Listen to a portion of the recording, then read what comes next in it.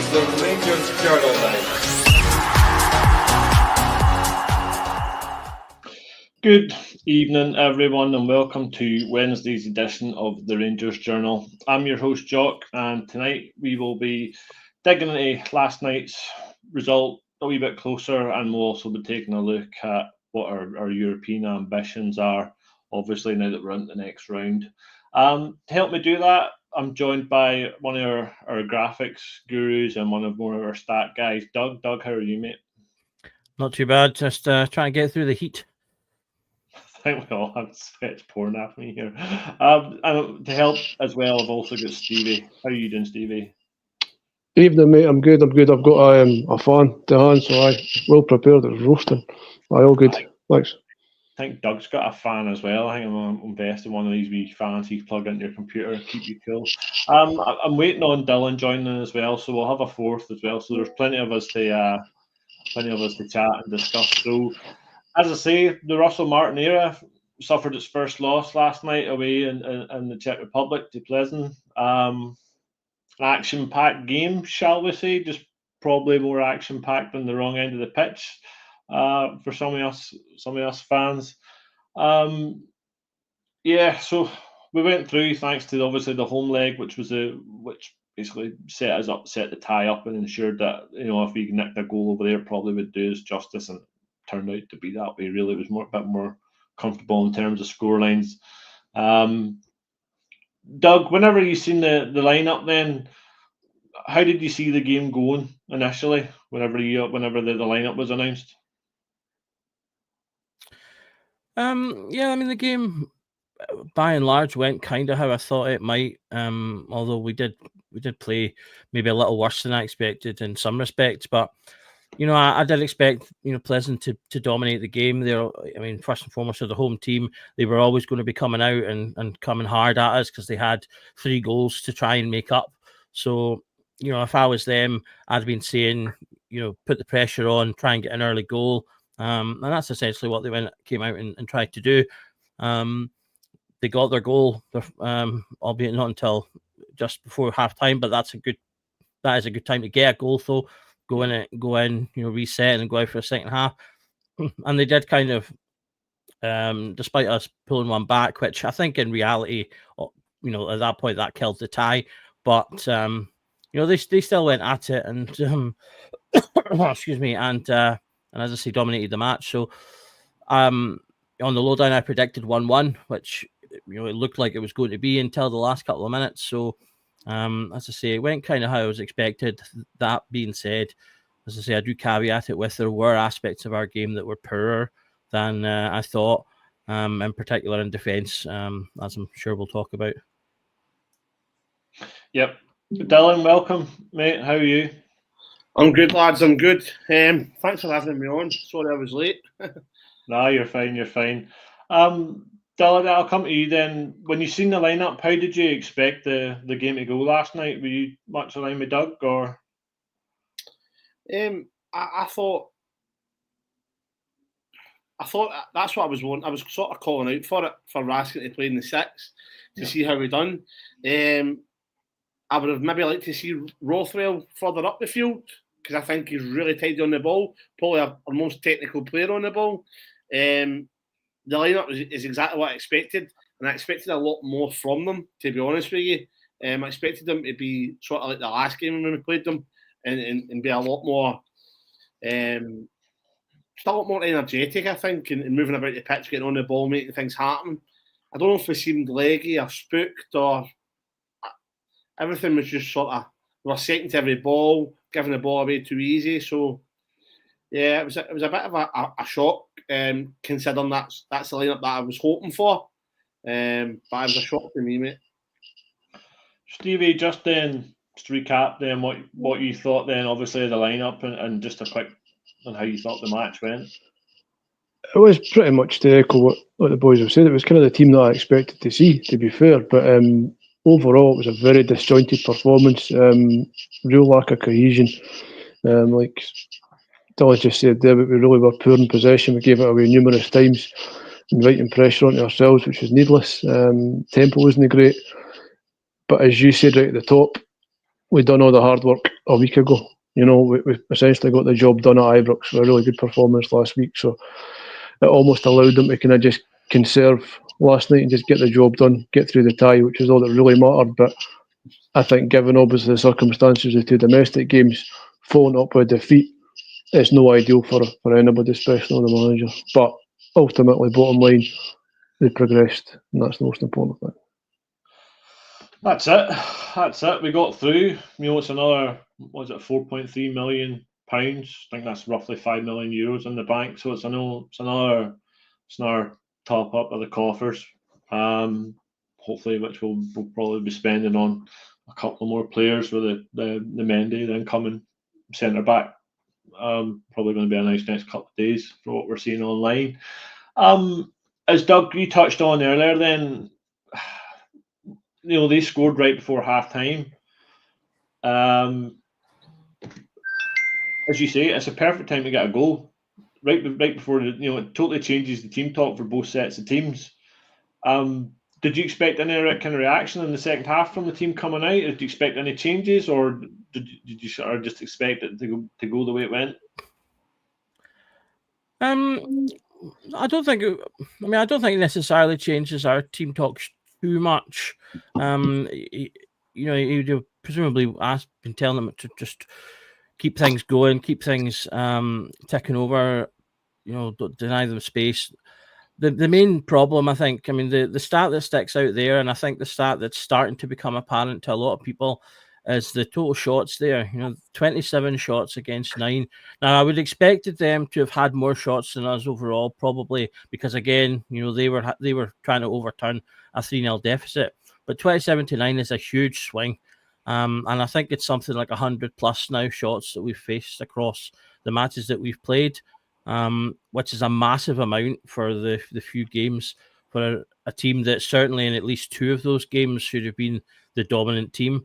And I hate to do this, but I saw Curry put something in the comments, and for possibly the second pod in a row, I completely agree with something Curry said. This is getting a bit Twilight Zone for me, but he said it's not really the scores or the results, it's the performances that are more the concern. I mean, yes, it's results in terms of the league, but the big issue really is that, you know, you can draw with teams, that's fair enough, but it's more the manner of the draw.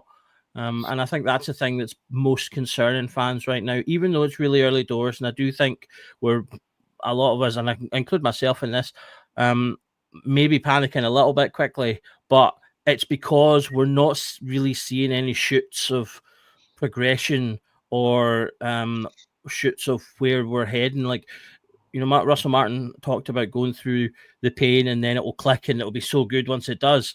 But it's hard to draw a line between here and there and say, oh, well, I can see a bit of this and I can see a bit of that and how that's developing in comparison to what we kind of thought when he was coming in. And I think that's been the problem. The second half was, you know, largely like the first, but just it kind of just felt like it was getting worse over the period. Instead of us, like, what I'd have liked to have seen is when we got that goal, as I say, I think that goal killed the tie, and maybe the players thought that as well, and so they just were kind of like, yeah. But I kind of maybe would have liked to just have got a second, killed it completely, and then we could have just played it out nicely. But instead, they were getting chance after chance after chance, and you just started to think, oh, and then of course when obviously they scored, and I did kind of think, oh, it's a bit late on for them to do anything. But nonetheless, I felt that twinge of, and I think that's the bit. It's that there's previous teams where at 2-1 with 83 minutes gone, I wouldn't have been worried in the slightest because we played well and I would be confident. And I kind of feel like that confidence is slightly slipping away because our defensive performances have been really lacking. Yeah, I was saving that point for later, but now you brought it up, I'll chuck it in now. Dylan, over the years, Rangers in Europe have had this knack and ability to be able to soak up pressure and then sort of deal with it and manage the game. Something we can't seem to do in the league, and we've struggled to do it in the league for years. But certainly in Europe, we can do that. Do you think this transition and what we're doing with Russell Martin, we're going to lose that ability? Or certainly it's, as Doug says, it's maybe starting to chip away at it? I think so, but then the question I ask myself is, and I know it looks like it's going to be very far away. Does it come if losing that Europa League strength or European strength, if that comes at the benefit of us getting better in the league, then I can accept it. Obviously, as a lot of fans can. Right now, we can't see that happening, and that's the problem. Right now, from the first game of pre-season to that game last night, there's no difference, really. It's very, very few and far between. But if you were to tell me the first game against Plzen, I thought it was night and day, and I thought, right, we've finally clicked. I don't think I've come away from Ibrox, and I said this at the time, as comfortable on a European night. I can't remember when the last time it was. We were so comfortable on the ball. Everything was just, it was almost perfect. And even in that game, I didn't feel like there was any danger. But I don't know what's happened since then. I don't know if he's feeding the players with too much information and flooding them, and they don't know what they're trying to do because they're trying to take on too much. Yeah. Again, he is at Rangers. He's maybe trying to get it to click too fast. But I think, personally, obviously, people have played the game, people have coached the game. When you start to give anybody too much information, somebody's just going in one ear and out the other, and they don't know what they're doing. I don't know if it's more of that he's trying to do because he knows that he has to get up and running, he knows he has to get points. That's what I'm taking from it. Sort of on the better side of things. But like I said, that first game, I know we're going back to it, last week, I thought it was outstanding, and I thought if we can see a Rangers team that can give us that level of performance, those types of goals, we'll be flying. And then it came Dundee, and we just looked a shadow of the team we were. So I think I know Dundee posed a different threat. So I say, so maybe okay, I can understand why we didn't sort of carve them open because he had 2 banks of 5, and so that's different. He's learning that, but last night we should have went out and done exactly what we done in the first half, and we didn't, and that's the worry for me. And I think that, of course, it's only the trend is starting to show that it is going to get worse in Europe for us. We just need to hope it starts to click in the league form. But as it stands now, it's a far cry. It is, and like, I don't want to sound too negative, but we're going up another level of opposition here in the next tie. And that's something obviously we'll touch on later on, and it is going to get more difficult, especially if we qualify through it. Stevie, looking at the chart here in the middle, I think we've got a lot to thank Jack Butland for last night. I thought he was tremendous, even though he conceded 2 goals. There were some terrific saves in there. Yeah, man of the match. He was outstanding again. Super performance for him. Really glad that he's got his confidence in his performances levels are went back up.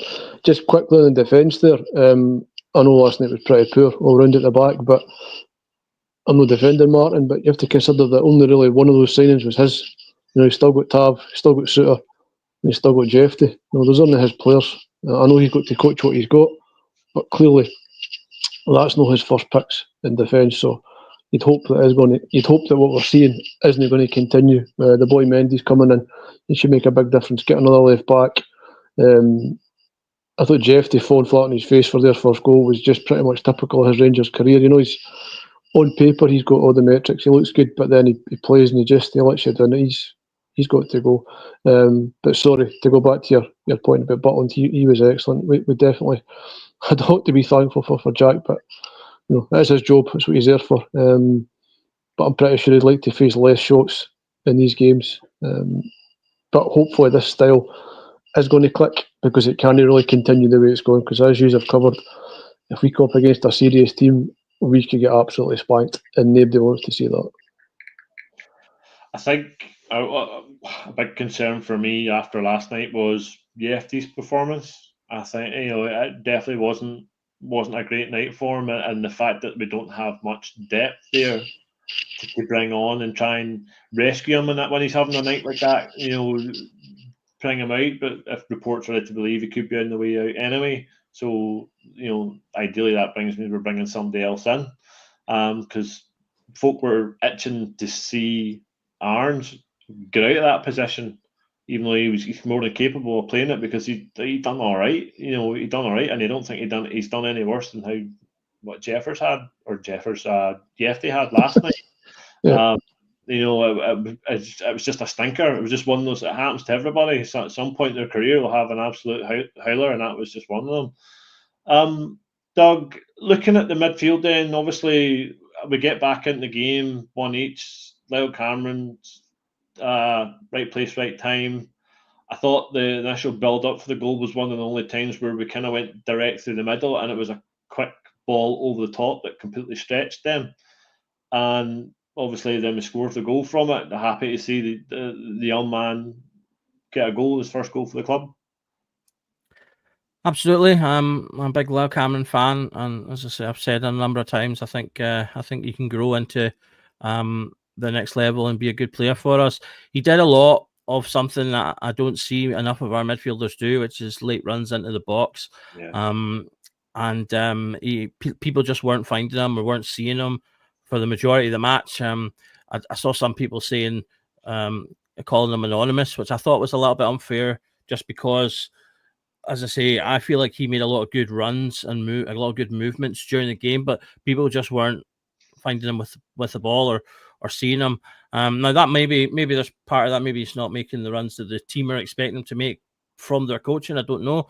But from my point of view, they were the type of runs I like seeing midfielders make, because they can result in goals like the one he got.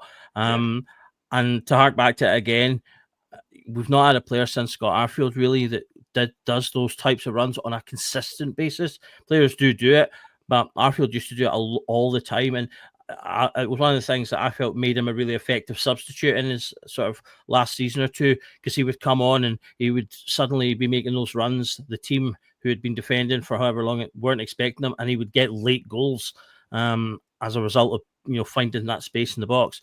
And I would absolutely love if Lyle Cameron came that kind of player, but like a younger version. So I was quite pleased about that. And I just think if we can mix that a little bit with how he then played in the first leg, where he was on the ball more, then I think you'll start to get really top performances out of him. So pros and cons from it, but yeah, great to see him get his first goal. Dylan, previously on Monday night we'd done a pod on Diomande. How do you think he fared last night? Just out of curiosity. Diomande, for me, he's very much falls into the category of like a fashion Sakala, who seems very raw, and then he pulls something out the bag. You're like, how do they do that? A bit like Dessers as well, to be honest with you. Sometimes the ball's bouncing off him, bouncing off his shins. It's scrappy when it comes to him. He's not very tidy on it. And then other times he'll get the ball, control it, and spin out of danger and go and start an attack. Or at least last season we saw some of that. This season, not so much. Again, I thought he was poor. I thought he got caught in the ball a lot. His touches were 2 yards too much away from him. Now, I think the goal that we score is a very good goal, and we'll touch on it in the tactical breakdown of it when we do it in the next couple of days. So keep your eyes out for it. Yep. Dessers comes short. Diomande spins in, goes in long and behind, and Suter actually goes long. It's one of the only times we played a ball or a long ball over the top, and we cut them open and we score from it. Obviously, Diomande keeps it in, plays it into Danilo, whose movement's pretty good. He has I don't know if it's a pass or a shot, and Cameron finishes it. So a decent well-worked goal with maybe 2 or 3 passes leading to it, and that's what you want. But I don't think that's what Russell Martin's style of play is. So it's more sort of Clermont that we saw that happening with. I know I'm harping on about different things, but I think Diamande's involved in it. For me, I think I would like to see a tidier player in there, and obviously we've not seen Asgard yet. Does Asgard come into that? Lyle Cameron's very tidy on the ball as well. Very really gives it away. His movement's good. So do we see an Asgard in there? Like I said at the start, my first point, I'd like to see a Rothwell in there. I'd like to see him being the driving force. Let Raskin do dirty work, because again, I know Russell Martin's wanting sort of the most tidiest player on the ball, doesn't lose it. But how often are we going to break out if all the passes are back to the centre backs? and they're not turning to face and going and starting to attack. So I think if you allow Raskin in there, if the ball does break, he can go and be like a terrier, go win the ball back, and then give it to sort of players like Rothwell who are tidy on it, who can drive us forward and pick out those sort of killer passes. That's what I'd like to see. Then 70 minutes or whatever, bring Diamandi on. He's got legs in, he can go and affect the game that way. But I don't know if the manager's just maybe been hamstrung with his substitutions or his players that he's got now because Asgard's injured. Where we've seen as much of Diamandi as we have, only he can answer that. But for me, I think he sort of needs a wee spell out the team. But again, it's only if there's players that can come in and play that position. No, I think you're right. I say we're still itching to see Asgard in any shape or form, really, aren't we? Hopefully, we see that on Saturday. Stevie, then I'm looking at the sheet here and I'm looking at the comments. Ant-Man seems to be getting, a bit of flack. Not through the fault of his own. It's more obviously the folk are saying it's Russell Martin's fault. He doesn't have a good game. I thought the first half, I thought he was actually all right. And some of the balls he was playing, he played a cracking ball into Dessers that I think he should have just volleyed, but he tried to not square it back.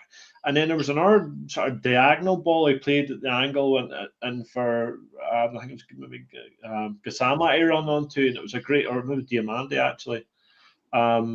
But two terrific balls in the box, but it's just one of those things we just weren't able to capitalise on them. I didn't think he done too badly. Yeah, I agree. Obviously, wasn't as good as last week, but ultimately nobody was. As Dylan said, last week was a really excellent performance, like 1-11, and last night wasn't an excellent performance, 1-11, really, other than Butland.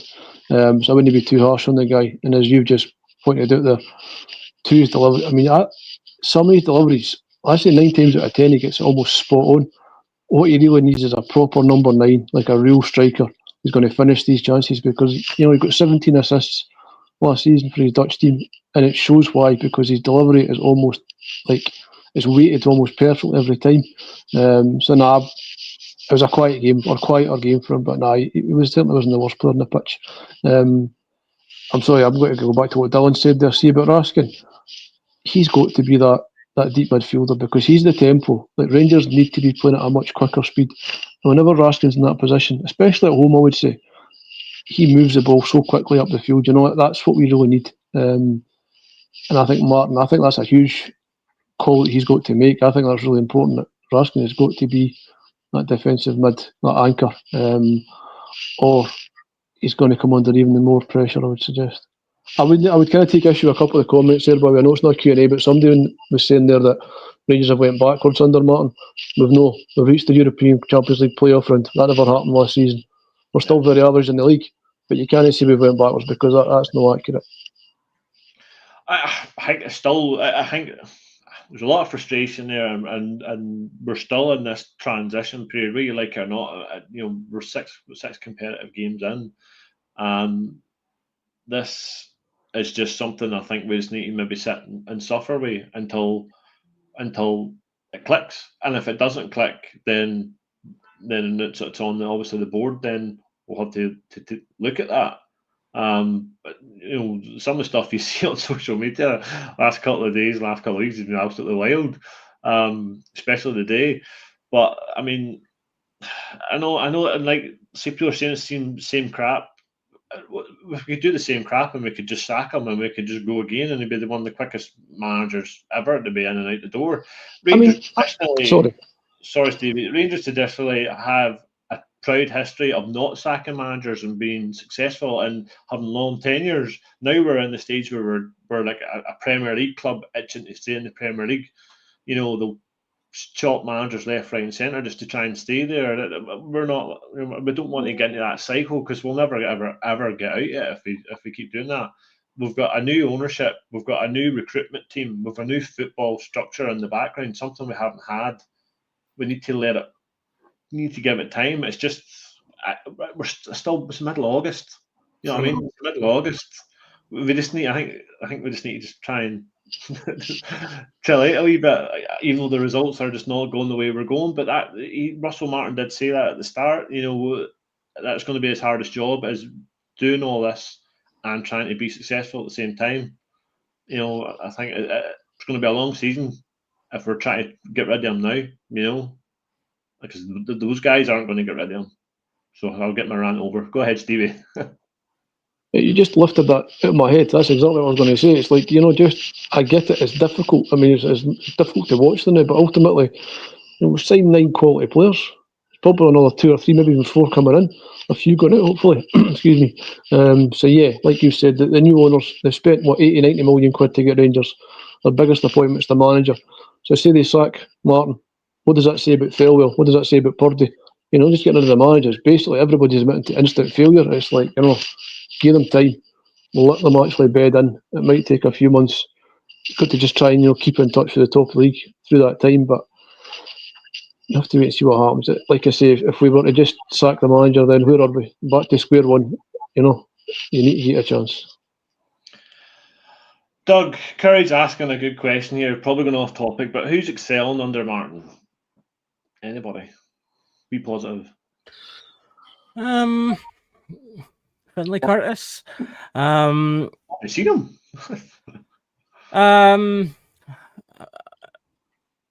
Yeah, I mean, it's hard to. I mean, that would be a hard question to answer full stop because we've played so few games. But I mean, Gassama came in, or Gassam, sorry, I believe it is, came in and was scoring goals for fun to start with. He's maybe not been quite the same in the last game or so, but he still played well all in. So, I mean, he's been a hit thus far, I would say. So there's that him. I think everyone's been pretty happy on the whole with Giga as well, in terms of how he's been doing. So, I mean, he's played well. That man had a great opening game. Again, he's only played a couple of times. So, there are players there that are doing okay. I think Lau Cameron has done well when he's played. Obviously, he's just got his first goal. So there are players there. Butland, someone just put in the comments there. Butland is totally seemingly returned to the goalie that we got the first time, the first season we purchased him. So there are players that are playing well. I mean, dare I even say it? In the league, I've played 2, scored 2. So I had to. I couldn't. I couldn't not. But Curry's just blown up. Curry's just combusted, by the way. I know all that good work I did earlier on is gone out the window now. But no, in all seriousness, there are a handful of players there that are playing well. And I do think that the bigger issue is the unit and them getting them to play together.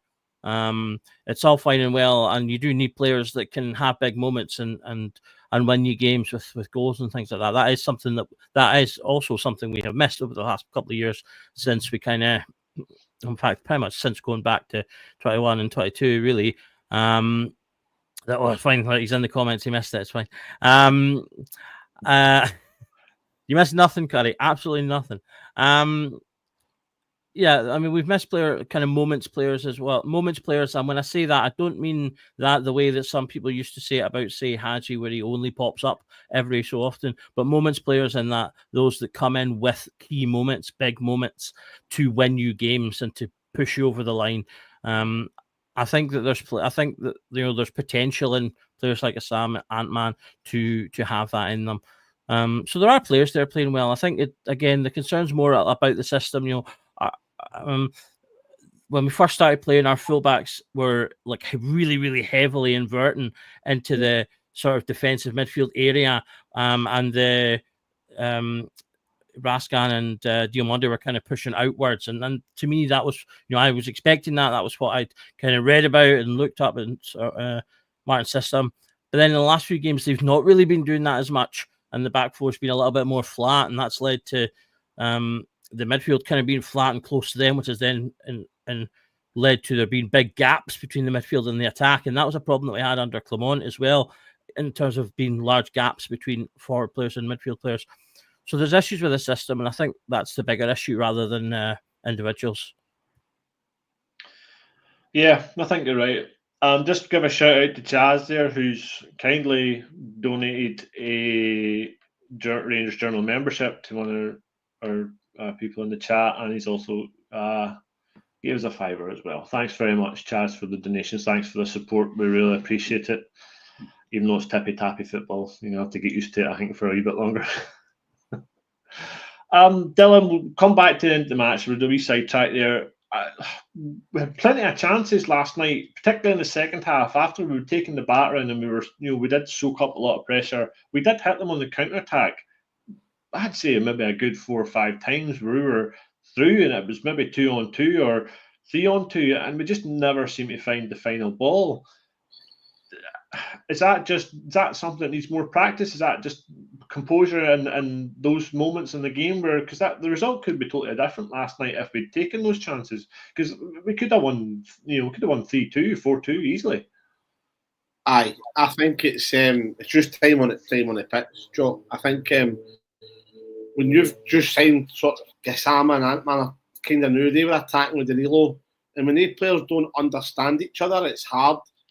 I've always said that players, and it doesn't help, and I've put it in the tactics, I harp on about it all the time. Players that just run straight into the box doesn't help anything. They have to make diagonal runs or run away for the boy on the ball. A lot of time last night, Gassama was running, Danilo's just running sort of straight into the box. If he comes across him, then Gassama can slip him in, or he can go to the space that he vacated. It's simple 3v2 attacking play, or 2v2, or whatever it is that it ends up in. And it happened 3 or 4 times, like you said. I think one time sort of Danilo maybe overlaps or goes across him and it opens up a wee bit, and Ant-Man passes to Gassama instead, and then Gassama sort of dilly-dallies on it and then goes to shoot, and it comes off a defender and he gets it again and he skies it, and it's just decision-making, communication. Those things will come when they start playing together. But again, if you're drumming that into the players every sort of once a week on a training session, then you'll see it'll become more fluid and it'll become just like second nature to them. They'll just start to move off the ball. Things will start to happen. So there's a bit of both there. I don't think Russell Martin's got enough time. He's trying to do, obviously, a lot of it, try to build it for the back, play a different style of play. If that starts to click, then he maybe looks forward from sort of midfield to attack and how we go and then do that part. But right now, his biggest problem for me is getting it into the midfielders and turning facing the opposition goal. Never mind when we break away. The players that we do have should, or the quality of players that were signed, should be able to go and do that themselves without being coached, though. I will say that. Yeah. But I think, again, it's just a sort of like a communication error. They're just not played together enough. I think you're right. I still think we're probably 3 games maybe behind schedule in terms of our pre-season. I obviously wanted time on them training pitch instead of playing games, because we're now in that cycle now where it's game, flight home, break, quick training session, game. And that's we're losing that time to change stuff, and because we're catching up. We'll have to catch up with the rest period between the games, so we're going to miss out in periods and until the international break comes. But at that point, obviously, you want to hit the ground running. I do personally, I just think we should have maybe had a couple of more pre-season games, but I did. But obviously, it was what he decided to go with.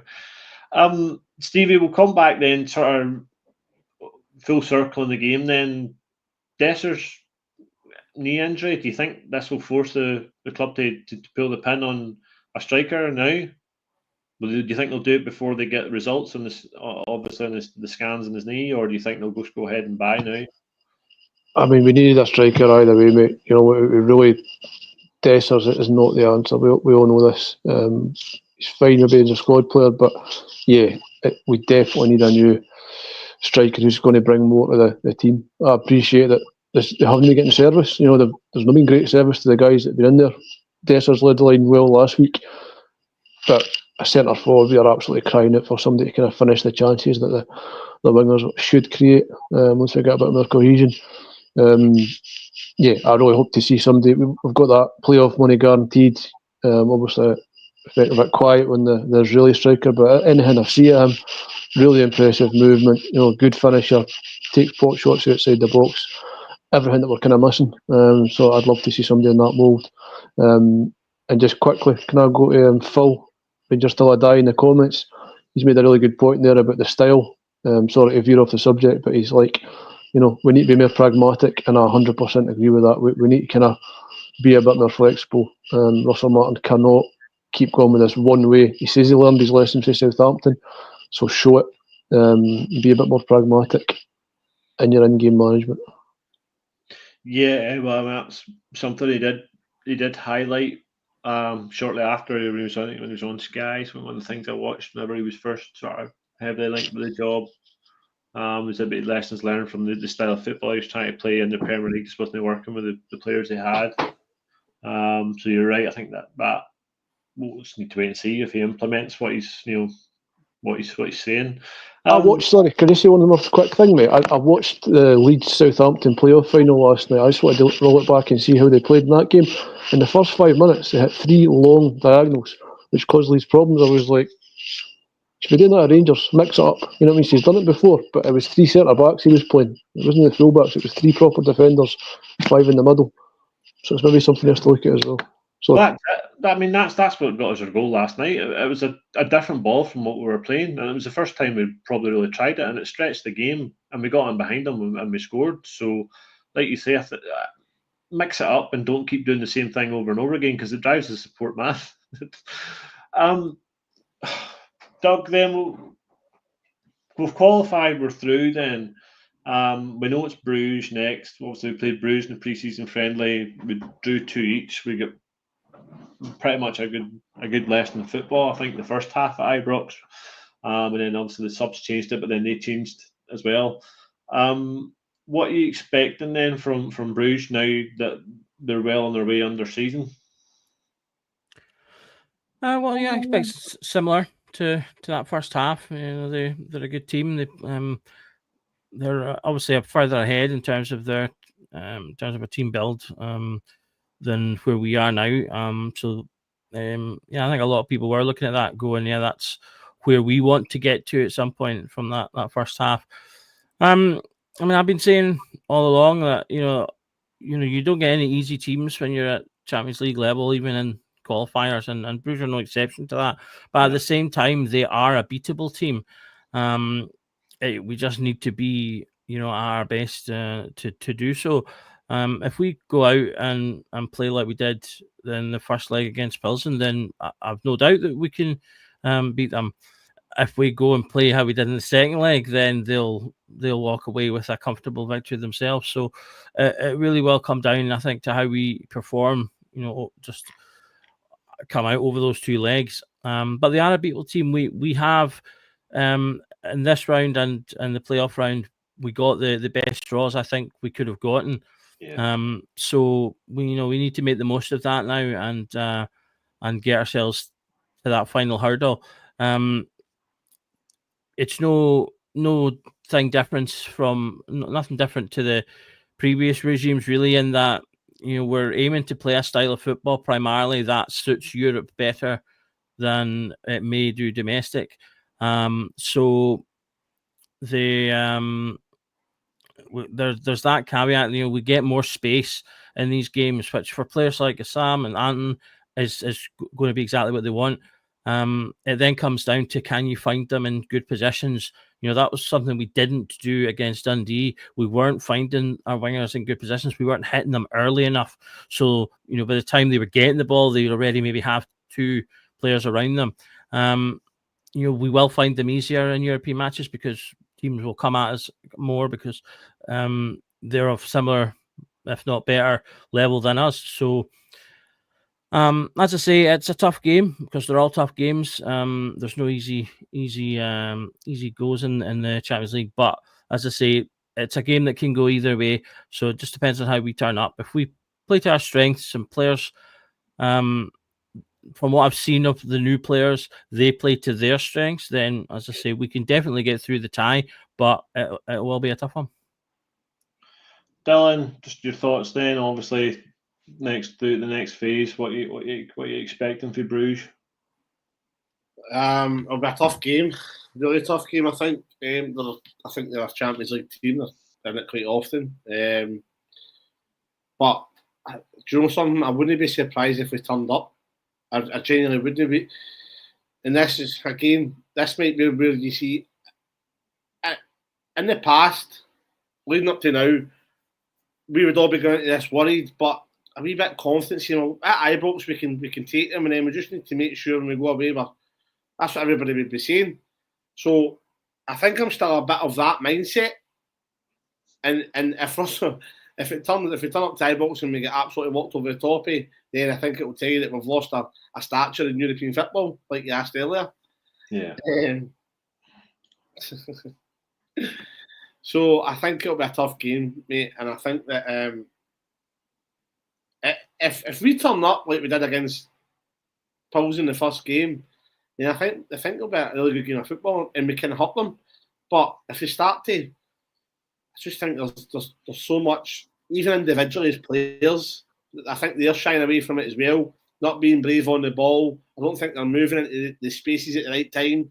I don't think they're working hard enough. There's loads of different things that I think, not just tactically are wrong, but I also think that the players are phoning it in a wee bit, and that shouldn't be the case in the first sort of couple of weeks of the season. So I think it'll be a tough game, mate, but like I said, it's Rangers, so we'll take anybody at Ibrox, I really will, and then hopefully we can just Butland's the man of the match again in the away leg.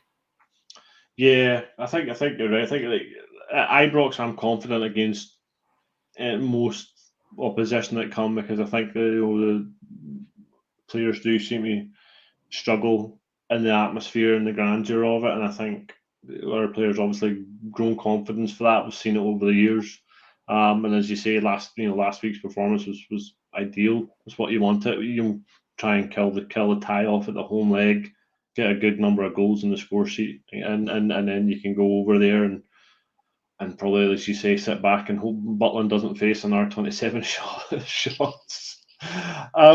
Stevie, then, are you looking beyond Bruges? Do you think we can do this and we can get into the Champions League and hit that jackpot that we're all sort of crying out for? And I'm sure the guys that bought into Rangers and brought over this is their honeypot. This is what they're wanting. It's ultimately their main aim, I'm sure it is. Dreamland if we get there. I think we can beat Bruges. Obviously, we played them a month ago. They look like a really technical, tidy football team. It was just a friendly. And we actually upped the tempo a wee bit in the second half. We kind of got at them quite well. So, yeah, I think we can definitely beat them at Ibrox. Second leg, obviously, last night, you saw how kind of vulnerable we can look, and Jack having to pull it out the bag. That's a worry. I don't think we're as pragmatic as what we can be. So manager's got to adapt very quickly if he wants to get us through this tie, because I think it could be quite tight. Maybe a goal in it at Ibrox and then going away. Really maybe have to not get a result, but we can't really afford to lose heavily. So yeah, it's a big test. But I think my expectation was if we got to this stage, that in itself was pretty good. We're guaranteed, Europa League football beyond Christmas. So this is almost a bonus, but I want to be in the Champions League for what it brings. Beyond that, we've signed 9 players, maybe getting another 2 or 3, another couple in January next summer. This is going to really help if we can make it through. I think half of us might be hiding behind the couch if we're watching from home some of these Champions League group games that are going to come, because it could be dangerous. I think about my old man, he's in his 80s, had a few heart problems. He's pretty healthy for his age, he's looked after himself, but see, every time we were defending last night with Jeffy, I was going to text him, I was like, is he alright? It was just God. Yeah, he messaged me, I almost having palpitations here, and I was like, I need a new left back just for you alone. But I wouldn't fancy him in the Champions League, to be fair. But yeah, I think we can do it, but it's going to take a proper Ibrox roar next week to get the fans to kind of help as they always do. So yeah, we can definitely beat them at Ibrox. One game at a time. We'll take the first leg and go for there. But yeah, I'd love to see us in the Champions League. Doug, just your comment there. You don't know how many times I've played Bruges, by any chance? It's one of those fun facts that sounds good but means nothing. They've only played Scottish teams 3 times. So they played us in the 90s in the Champions League. We drew once and we beat them once. And they played Celtic last year and they drew. So They've never beaten a Scottish team in competitive gameplay, but they've only played 3 times. But that was against us and against Celtic. So, but I mean the game last season though is a good game to look at. So if because that's more that obviously the 90s games look going back a bit, but that game is more indicative of how they perform in Europe. Like you said, they are a perennial Champions League team. Mostly only group stage, but obviously if Celtic can get a draw with them, then we can do the same. And many argue that we tend to perform better in Europe. So if they can get a draw and we tend to perform better, then why can't we go one better? Dylan, Champions League obviously is the top table, as I call it. It's where everybody wants to be sitting at. If we don't get Champions League football, do you think that's a red card or a mark against Russell Martin? Do you think? No. I don't think so. No, I was of the mindset last night that if we went out, I wouldn't be that bothered. And the fact being, it would give us more time to focus on the training pitch and more time to work on getting better for the league. But that doesn't come as a guarantee. If you get proud of the Champions League of last night, it's not a guarantee that the more time in the training pitch, the better you get on in the league. So I then changed my mind after the boys in the chat reminded me of that. And I think Champions League football, when was the last time in the Champions League? Gio, wasn't it? Yeah. So again, no other manager's done it since we came back up. So I think if he doesn't do it, no, it's not a mark against his name. Let's be honest, it's not like he's had an easy run at it either.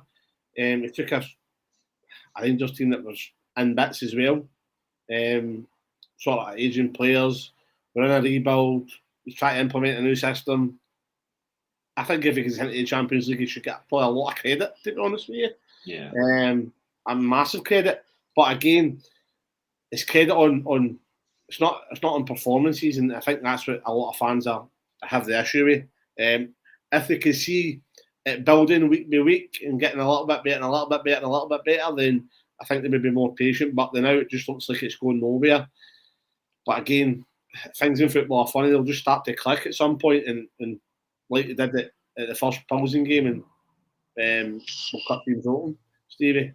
Just a really quick question. I'm just thinking there. Is there another manager in world football who's under more pressure than Russell Martin at Rangers? Like all the scrutiny he gets for us and everybody. I can't think of any other jobs. We're 6 games in. He's almost in the Champions League. People are screaming for him to be sacked. Do you know what I mean? It's quite wild when you think about it. I know.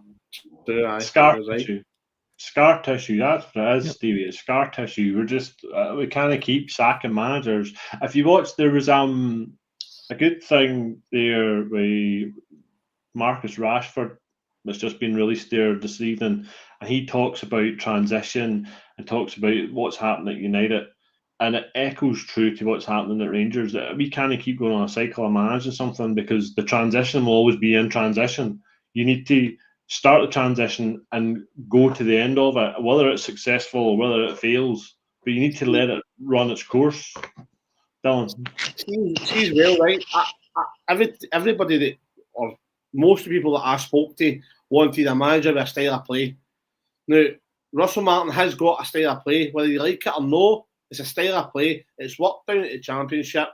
It didn't work in the Premier League, but we're not playing in the Premier League, so it shouldn't really matter. We should be the big fish in our league. So the style of football should work, but nobody's given them the time to implement it. Do you know what I mean? It has to be given. And I know it's hard because you want to win, so it's really tough, but it has to be given enough time for us to see, right, either it can't implement it or it doesn't work in this league. I agree. The thing is, we've won one title in 14 years, so it's not like we're winning every year anyway. So game of the year. You know what I mean? And with a massive rebuild as well, so I don't understand what. I think the fans are just expecting because it was Motherwell and Dundee, which everybody's got a right to. Do you know what I mean? You've got a right to be annoyed and unhappy about no picking up or no picking up 6 points in the 2 games. I think it was the surprise of the performance and the way we lost it rather than actually dropping points. But again, it happened when Clement was in charge, it happened when Bayer was in charge, it happened when Beale was in charge. So it's not like it's anything new to us. They've lost points in these teams for the last 3 seasons. Even when Gerrard was in charge, until that only season that we won the league, they dropped points to Motherwell and everybody else. So it's not like it's something new. Don't know why fans expect it to be all rosy in the garden. And we covered this earlier, Don, in the WhatsApp chat. Like, Gerrard is the only Rangers manager in the last decade who got actual time. He got 3 years and he won his 55, most important title. It was painful. For a lot of time, it was really painful to watch. But he got it right because he got the time. So what does that tell you? If you'd have gave the fans a chance as well, he'd have been sacked after that Hamilton game. So it just goes to show you. I don't think I was at that game. I didn't think it could get any worse at that point. I thought he's been in charge for 2 years. We spent a lot of money in the likes of Kent and Conor Golson and all that. We've had a good Euro run, but we can have Hamilton at home. The players look dejected, and then a season later, and we're unbeaten. So it just goes to show you swings and roundabouts in football and how quickly things can change. Doug, you had something to say? Yeah, just a couple of things. Building off the points the guys are making there, in terms of like the quality and the levels. Like, people talk about the Championship as a difficult league, and that's true. The Championship is a difficult league. The year he was with Southampton when they got promoted, and that's largely the year people focus on for Russell Martin, because that's when he did his best. He had the long run of undefeated results. I mean, he got promoted that season with a 56% win percentage.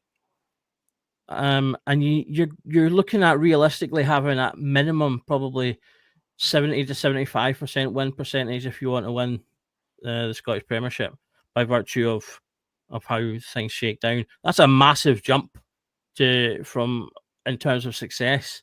So not only is there the pressure, but there's there's a mental adjustment there to make. There's an adjustment of just you need to win more games to make there as well, that managers need to make that jump on. And I think again, touching on the what Dylan was talking about in terms of time and things taken, unfortunately for us, we've been back in the Premier League now for enough time to not really refer too much to what came before that. But at the end of the day, we're still a step behind the team that we want to be beaten, because we're still building towards that. And if the broader conventional wisdom of the fan base is that our previous owners were not good enough to fulfill ultimately what needed to be done, which is why we were so happy that the takeover came. So you're essentially, in some ways, you're starting from zero again, because you're bringing in a whole new set of folk who need to take those steps. So you can argue that we're back to where we were under when we put Gerrard in place, and that we were coming off of one transition to a new group of people who'd bought the club, who were like, right, we need to right this ship, and let's do something about that. And so they gave that manager time to right that ship. So like Stevie was saying, it may be a case that we are just going to have to take a bit more pain, and that does suck tremendously because of how lean times have been. But that just might be what it's going to have to take to ultimately right the ship fully, to a point where we are regularly winning trophies, regularly fully competing. Because as much as it sucks to say, in the last decade we've not been regularly competing. We are not that team that we used to be again yet. But there are shoots there. There are signs. We've had Europe as a sort of a thing there to kind of make us feel a wee bit better about things, and that's good. But we need to. It's about finding the positives from that and getting them into the domestic football, which is still the part of the puzzle that we have to crack. But yeah, it may be a case that it will take a bit of time, and so It's one or the other. Like you say, we either keep going the sort of old school Chelsea style where it's right, you're not good enough, you're sacked. So you want to say, or you're not good enough either, you're sacked. Great, you've won some stuff. Oh, you've lost the next season, you're sacked. You can either go that way and we'll become that type of team, or we stick. People talk about traditions and values and things like that. And yeah, that's part of our traditions has been managers in place for periods of time. So maybe that's what it's going to take to, and maybe that's what history is telling us. We gave that guy 3 years and he won a title. So since then we've sacked people after what is it? Who was the longest? I don't know. They've all been roughly the same, 1.5 years, because they all came in. Yeah. They all came in halfway through a season and then got sacked. Yeah, about a year or so later. So maybe it is a case of just we're going to have to stick it in for the long term. Maybe it'll be crap for a year, and maybe it'll not click till midway through next season. But maybe we're just going to have to suck it up and take that time to find that out. Because what we've said it enough times, what we've been doing isn't working. Yeah. So do we need to try something else? No, you're right, Doug. That's it. We can't keep doing what we're doing. We need to. This is the guy that the board, these new owners, and the football structure that's been put in place behind him have picked. And this is something we just need to get on board with and get behind. Because we're not going to sack him in August. Absolutely not. So we just need to bide our time and, like I say, wait until it clicks. Hopefully. Just to give a shout out to everybody, thanks everybody for watching. And if you're watching on Twitter, can you head over to our YouTube channel and just hit the like button and subscribe as well, and you can get us there. Does us a massive favour, so it does going forward. I'll go round the houses then, Dylan. Just round up then. How do you think? How do you think it's going to go the next 7 days? 2 big games coming up. I think for the cup game at the weekend, I'd like to see sort of if Ant-Man Asgard and if Mikey Moore and Eggman are all fit, I'd like to see all them play. But I think they keep the other players, apart from those who need sort of that game time, those 3, I think everybody else should stay as a team. I don't want to see any rotations. They need to learn to play together. They need to be, hopefully, learning the patterns of play, breaking Alloa down, scoring goals, getting confidence, and then we can take that forward. That for me is massive, and then that takes us into obviously Tuesday and just a big game. And we tend to go up for big games. I think the players will be a lot sharper. They know they have to run about more. They know they have to give a bit of dig. So the other night they were 3-0 up, so you can maybe half excuse them for being like not as energetic because they know that they're kind of saving themselves. Didn't want to put too much in it because they knew the tie was already almost done. But on Tuesday night it's going to be a massive ask.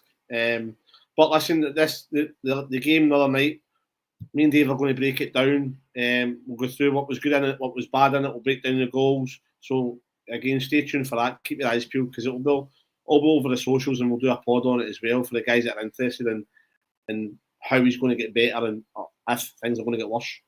No, definitely keep an eye out for that because I say it's good to see it slowed down and you get a better sort of understanding of what's going on. Stevie, then just a quick round up then before we head off. Yeah, similar to Dylan, I want to see Asgard, Eggman, Mikey Moore. Hopefully Curtis gets 90 minutes or close to 90 minutes at the weekend. Hopefully put a few goals past Alloa. Get a decent result, maybe 3 or 4-0. No injuries, and then on to obviously the midweek game against Club Brugge. That's a huge game. Another night under the lights at Ibrox. It'll be fantastic, hopefully. And right performance, same with the Plzen home leg and Panathinaikos. Plenty to build on, and hopefully another positive result. Right, thanks everybody for watching. Appreciate the comments and the cars donating the stuff. Thanks to the guys for joining me. It was great chatting to you. It's always good to get a wee vent and a wee session, a wee therapy session, just to break it down and just get things off your chest. Join us again. We're on tomorrow night for a Q&A. I think that's penciled in for 9:30, and then obviously we'll do build-ups to the obviously Friday, and then there'll be the build-up to the game on Saturday, post-match, pre-match. Thanks again, everybody, and just remember, every night's a Rangers Journal night.